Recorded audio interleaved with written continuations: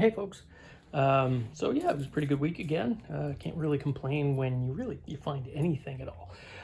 But I will start off on today. I had a gut-wrenching moment at the thrift store. Walked in, and the records in this thrift store are right in front of you when you walk in. And sitting out front is a copy of a Budgie record, and it looks in great shape. So I kind of skip over there, and yeah, there were like 30, 40 kind of proggy metal, really good stuff, all in a row. And the covers looked amazing. And I picked them up and I put them in my cart. I'm like, you know what? That's great. I'm going to go look around and then check condition in a minute. So I go around the store and I look, and then I come back just to check one more time. And this lady comes over and she puts back 2 Talking Heads records and a Stevie Ray Vaughan record. And I'm like, oh, wow, okay, great. I get those too. So I'm about to grab them. She says the Stevie Ray Vaughan's warped. She's like, I think the other ones are warped too. And I'm like, oh, because what that probably means is all of these came in at once and they're all probably warped. And sure enough, I went through every one of those records, and yeah, every single one warped in the same place, which leads me to believe that either A, they were probably left out at a garage sale on a super hot day because it's been super hot, and they all had like, I'm going to say like a 45-degree bend at the bottoms of each of them, and it wasn't something you could probably press out. It was just, yeah, it was heartbreaking to take. And the thing that kind of, I told the staff about it, and I said, hey, these things are unplayable. And you might want to, I don't know, maybe just throw them out or just let people know because, some people who might not know to check, I know everybody should check condition, but sometimes people don't. And they get home and they're stuck with this record they don't want. And the staff just kind of shrugged it off and was like, well, they'll figure it out. Or, I think they also said something about, the people just want the covers. That's true. Probably they do. But I don't think they want to pay the full pop, what they think they're getting a record just for the cover. But, it's true. Buyer beware. Just check your condition. So, yeah, that's how my day today started. But my weekend more than made up for it. It was a pretty good weekend. I got a pretty interesting story, too. How about some of my actual shirts from the 1990s made their way back to me, like my own shirts. So that's kind of fun if you want to hang around till the end. The best thing that I got this weekend at garage sales was, well, it's debatable, was this baby. It is a 1950s pedal car. It's really cool. I've never actually owned an old pedal car before. And so, yeah, I had to pick this one up. I actually know the people that I got it off. And they told me that the guy's dad, straight out of the war in the late 40s, started working at Studebaker in Hamilton, Ontario. And one day, sometime in the 1950s, he thinks he came back with these. Now, whether he got them at the Studebaker factory, I have no idea. Sorry, fingers in the way there. I don't think he probably did. There might have been a deal there where the factory bought a bunch for the people to take home or something. Because this is, oh man, I forget the name of the company. It's a fairly well-known car company. It's, I believe, like a mid-1950s. But it's all there. It's missing one hubcap.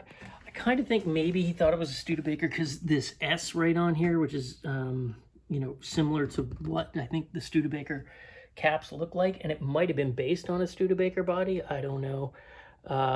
But yeah, overall really cool. It's missing the seat.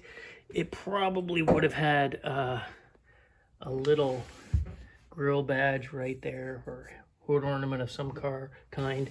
And I don't think that's the original paint. It's old paint, that's for sure. But I don't know if that's the original paint. Either way, it's super cool. I didn't know, they said make an offer, and I don't know much about pedal cars. I have no clue. So I just sort of said, I don't know, $100, and they were pretty happy with that, and I'm pretty happy with it. I haven't even really, I don't even know enough to say whether I got a good deal. I think I got a good deal. I don't think I've ever seen any available in this nicer shape for around 100 at retail. So I think it's probably in the shape it's in, it might be worth, I don't know, 175, 200. either way, I don't think I'm probably going to sell it anytime soon because it's just cool. Never had one before. Keep it around for a while. Why not? It's the joy of this. The other thing that I got at a garage sale was this beauty. It's a beautiful West German pottery piece, true fat lava glaze. You don't find these ones anymore with the really great colors and the you see how they call it fat lava. If you actually look there, it looks a little bit like a lava field glaze. That's where the name comes from. Great colors, awesome vase. I probably will keep this one myself too, just because, again, you don't find these. I am going to put a few of my own from my collection out to sort of make room for it. I've started doing that more now. When I want to keep something, I put a few things from my collections out. No breaks, no chips. It's really, really nice overall. Happy to pick that up. I think it was $10 at a garage sale, something like that. It was good. And then I did manage to grab this N64. Comes with like a Pokemon puzzle game that came with it. There's the controller. Haven't had a chance to test it out. Probably will work. Most of the ones I pick up do. It's got all the hookup cables and everything for it. So yeah, that was kind of a nice score. They're also, again, getting harder and harder to find. I did manage to get some glass pieces. Nothing crazy, but they were asking just $1 a piece on these, and some of these are fairly old, like Enos's fruit salt. That's a nice old bottle. This was $1. It's an old heavy cut glass ashtray. Don't normally buy insulators, but again, it was only $1, and it's a nice color. A couple of local half pint bottles. This one's from Simcoe, Ontario, milk bottle. That one is actually from Guelph, Ontario. A couple of older shakers in kind of a nice green glass. And what is this one? This is a farmer's dairy, and it doesn't identify where it's from, but it's an earlier bottle too. You can just look at the bottom and see that on there. And what's this? Oh, yeah, an early Schweppes pop bottle. Again, they were all $1. I think they gave me a bit of a deal in the end. Thought there was another insulator in there, but oh yeah, there it is. Oh, one of those type glasses. That one was only $0.25. And then there's another insulator. Again, normally I don't bother with insulators, but they're both nicer, darker colors. People just use them for decoration. Cool space shuttle crew member hat, fire service hat. I don't know what that is. Oh, yeah, I picked one of these up. Somebody had a whole stack of them, and I just bought one as an example. It's just for a player piano roll. You put this in, and it plays the song. Not worth a lot of money, but kind of interesting. And then this guy, which I've got to build. It's actually, the person called it a disco light. It's not really a disco light. It's a Christmas light for aluminum Christmas trees. And you put this together, and it rotates around that light, and each of these forms a full circle. And then the idea was it would, oh, look at that, mouse poop. Super classy. Basically, yeah, it would light up your aluminum Christmas tree and change all the colors over time. So it's a cool piece. People who have vintage trees are always looking for these. So yeah, it's nice to pick one up. And this one's actually, most of them are usually just straight up plastic. This one's cast metal of some kind. I think aluminum, and even the sort of the gels on there, the gel screens or whatever you call them, are metal based on the outside. Nice old Made in Canada Crayola pack. People just collect boxes. And this one, again, is early. Canada Crayon Co. So that was kind of nice. I did get one thing that's a smaller thrift store, set of Pyrex. Nothing great. Not one of the better patterns, but still a nice one. More traditional long nose. 3 bowls for $8. Can't really pass that up. So that was really it for garage sales. Oh yeah, and this old sort of penny style board from the 70s. I pick these up all the time. There's been a resurgence because they actually started making penny boards again. So some hip kids want the originals. So yeah, that one's in nice shape. Pick that up. And then the rest of this is things that came into the store. This actually, I can't remember if I put it in one of the previous videos. I got it a couple of weeks back and I forgot to talk about it. I think if I did, oh well, I'm repeating myself. When you get past 50, you tend to do that. It's a Japanese tin toy. It's a friction toy. So the idea is, yeah, it's got a little friction motor in there. It's Corvair. It's actually in pretty nice shape for this era, and they're harder to find in this good shape. So yeah, I'm really glad to pick that up. And the other thing I did was I had a customer, a regular customer, super nice guy, really knowledgeable in toys, knows a lot more about especially G.I. Joe and things like that than I do, but he's a super guy. And he wanted a couple of toys that I had, and so you know, we worked on a trade system, a little bit of trade and a little bit of cash, and sometimes that's a good way to do things. We both walked away happy. He got some toys for his collection. I got some other ones that I should be able to sell, and both of us are pretty happy with it. And this is one of the better, well, it is probably one of the best parts of it. I love this thing. It's an A-team assault rifle. Pretty realistic looking. I mean, you can tell it's a toy, but it's a target game as well, and everything is in there except it's missing one of these grenades. But everything else is in there, including the styrofoam. I won't bother taking it out because it's a pain to get back in, and the instructions are in there, so that's a really great piece to pick up. I got a Robocop Ultra Police, again, in the box, from Kenner. It's totally complete with the missile and everything in there. Really cool toy. And then this A-Team Rough Riders from LJN. This is the one. It comes with the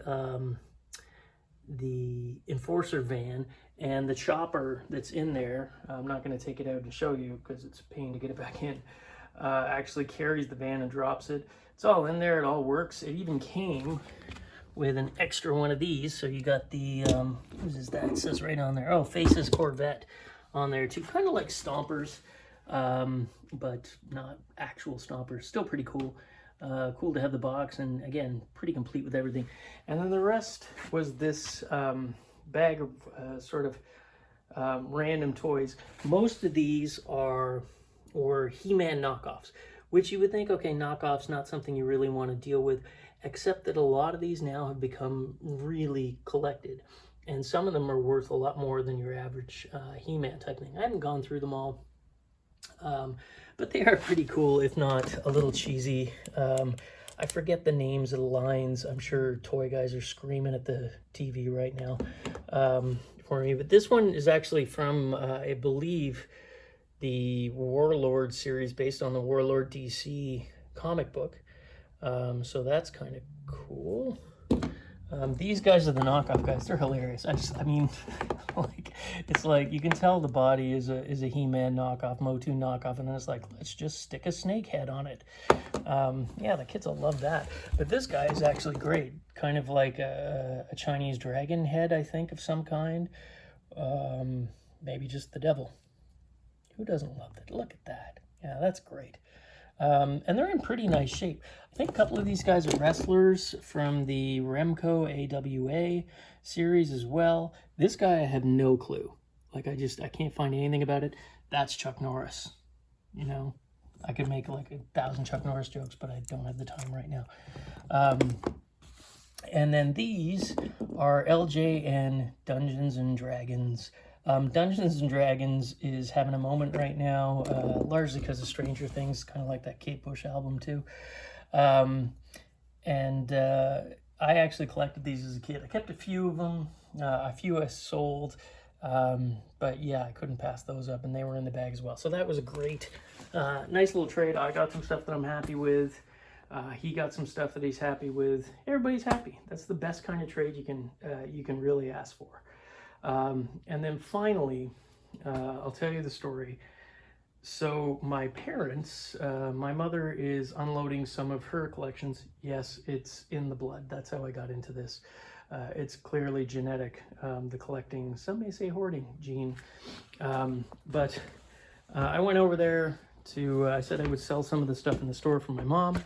And while they were unwrapping it, Dad noticed that I think those are the kind of shirts that Jay sells. And so, yeah, he put them aside. Mom and Dad put them aside for me. This one's a little worse for the wear, but these are my shirts from back in the day. And clearly, when I was away at college or whenever these things were packed away by my mom, she decided, I'll just use Jay's shirts. Which, you know what? I mean, great, because here's the time capsule that they opened up. And, I got some cool shirts out of the deal. This is a Pearl Jam one. I actually probably got both of these because the next one, this one is for their European tour, but they actually sold it on their North American tour and on their 1992 Lollapalooza dates that they did. And I saw them, I think I saw Lollapalooza twice in 92, once in Barrie, Ontario at the park up there. And then a pretty epic time that I had in North Carolina seeing them there too. It was a great time. It was, my friend and I decided to road trip and just happened to be in North Carolina when Lollapalooza came through. So this is the other one that was in there.